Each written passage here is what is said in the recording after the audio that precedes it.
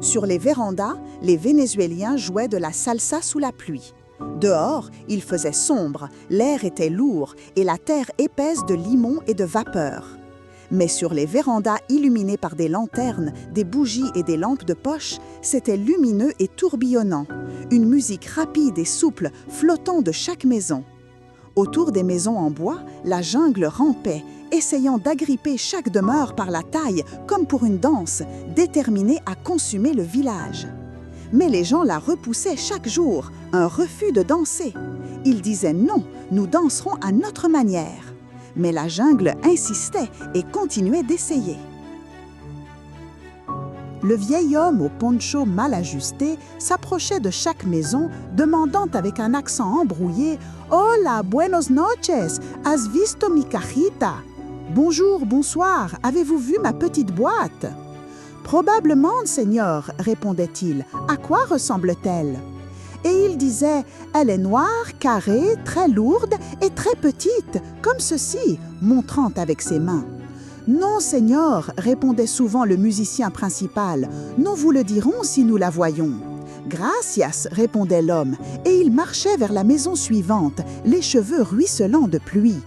Derrière lui, il continuait à jouer et il entendait des ricanements.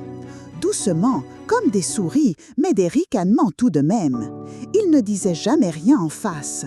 Son crâne était chauve et ridé et son menton hirsute était couvert d'une fine couche de blanc. Ses genoux tremblaient à chaque pas.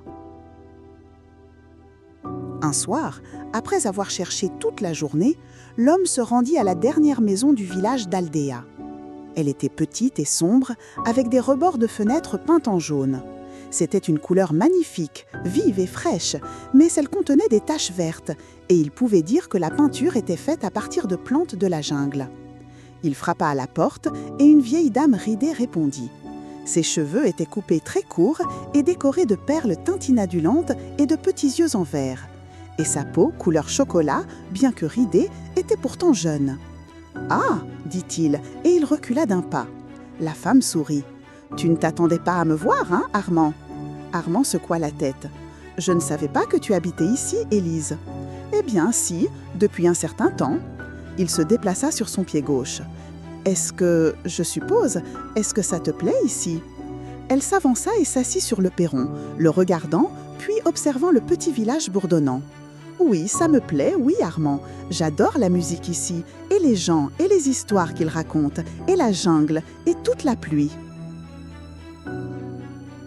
Il s'assit à côté d'elle, délicatement. « Depuis combien de temps vis-tu ici ?» Elle rit, ses dents d'un blanc nacré et dentelé. « Depuis que tu m'as tiqueté. »« Oh, tu veux du thé ?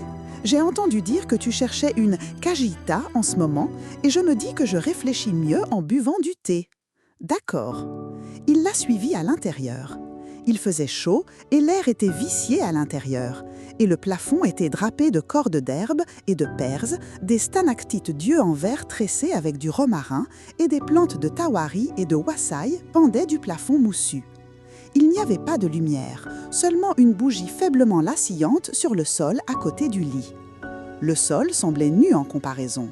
Il n'y avait qu'un petit lit, une table, une commode et quelques chaises alignées dans les coins.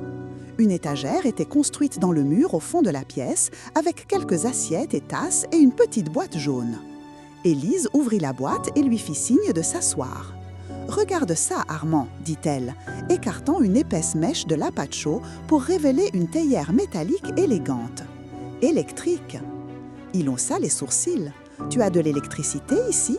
« Non, mais je vais à Caracas de temps en temps acheter des piles. Elles fonctionnent mieux que l'électricité. J'ai la seule théière automatique d'Aldea. Parfois, les vieilles dames rondes viennent et je leur fais du thé avec beaucoup d'azúcar. » Armand rit. « À sucre ? Non, quel genre tu as ?» Elle commença à parler en portugais, une langue qu'il n'avait que goûtée. « Lo siento, balbutia-t-il, no hablo. » « Ah !» dit-elle, et elle leva les yeux au ciel. Elle murmura « bobo » sous son souffle. « Je disais, » dit Élise, sortant un sachet jauni sentant l'origan de la boîte et le laissant tomber dans une de ses petites tasses ébréchées.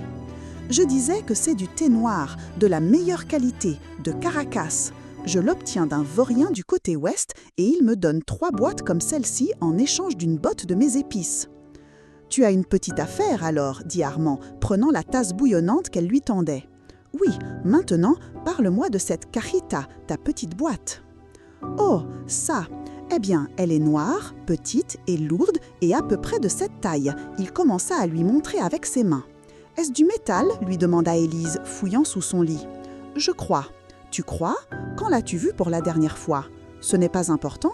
Tu ne sais pas si c'est du métal. »« Quand l'as-tu vu pour la dernière fois ?» Armand haussa les épaules. « Je ne suis pas sûre. Il y a une décennie, peut-être. Década. » Elle rit. « Qu'y a-t-il à l'intérieur ?»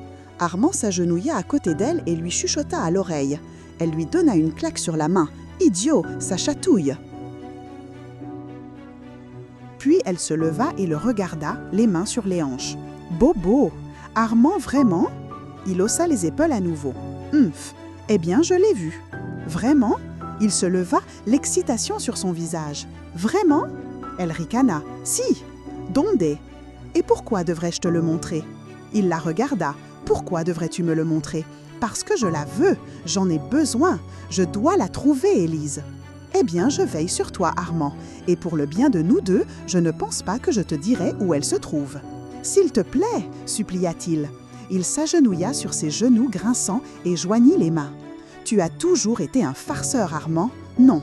Un indice ? » « Bien sûr. Tiens, dit-elle, et se pencha vers lui et lui chuchota à l'oreille. « Tu l'as toujours eu avec toi. »« Quoi ?» haleta-t-il, fouillant dans ses poches.